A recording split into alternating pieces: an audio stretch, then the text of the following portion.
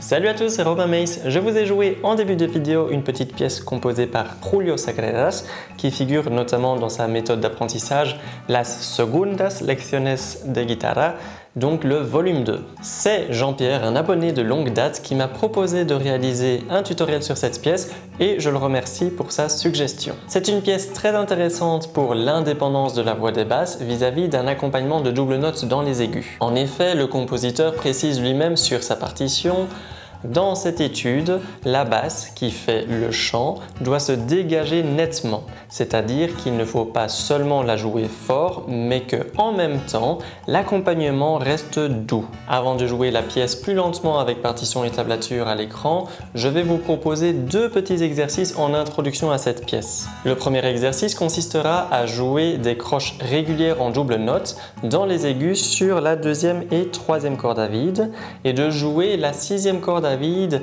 avec un rythme de noir doublement pointé, double croche. C'est en fait le premier rythme que vous rencontrez dans le morceau. Je vais vous montrer le résultat. Ce que vous allez devoir faire fort attention, c'est la régularité des doubles notes. Il ne faut pas que les basses viennent perturber la continuité des doubles notes aiguës. Aussi, nous allons respecter la consigne du compositeur vis-à-vis du morceau, c'est-à-dire qu'on va tenter de mettre en valeur les basses alors que les notes aiguës seront plus en retrait. Voici l'exemple.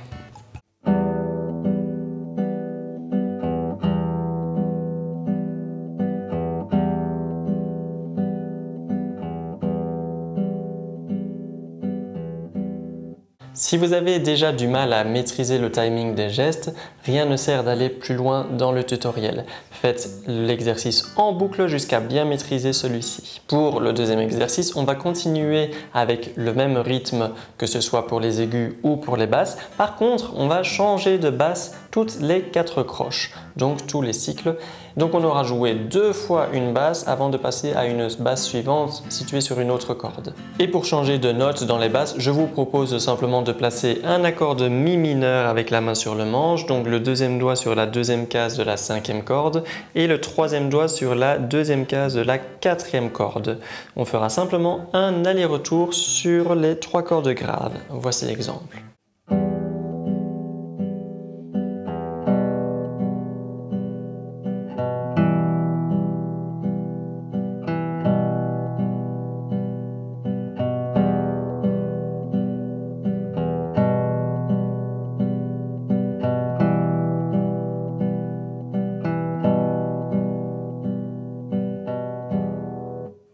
Je vais proposer maintenant une variante à cet exercice qui va le rendre beaucoup plus compliqué. Vous avez probablement entendu, quand j'ai montré l'exercice, que les résonances des basses se superposaient entre elles. Eh bien, on va faire en sorte maintenant qu'il n'y ait pas trop de résonance pour avoir un jeu un petit peu plus propre. Pour cela, on va se servir du pouce qui, après avoir changé de basse, viendra rapidement se reposer sur la basse précédente pour couper sa vibration. Attention, cela va sûrement perturber vos autres gestes, ou peut-être sans faire exprès, au lieu de reposer le pouce pour couper la vibration, vous allez carrément tirer la corde. Il faut donc faire cela bien lentement et comprendre que font chacun des doigts dans le temps. Voici l'exemple très lentement d'abord. Observez bien mon pouce pour comprendre cette consigne.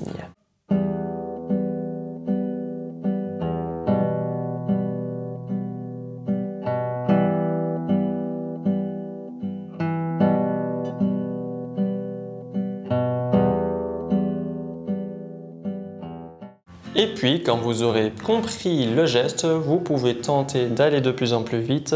Voici l'exemple un peu plus rapidement.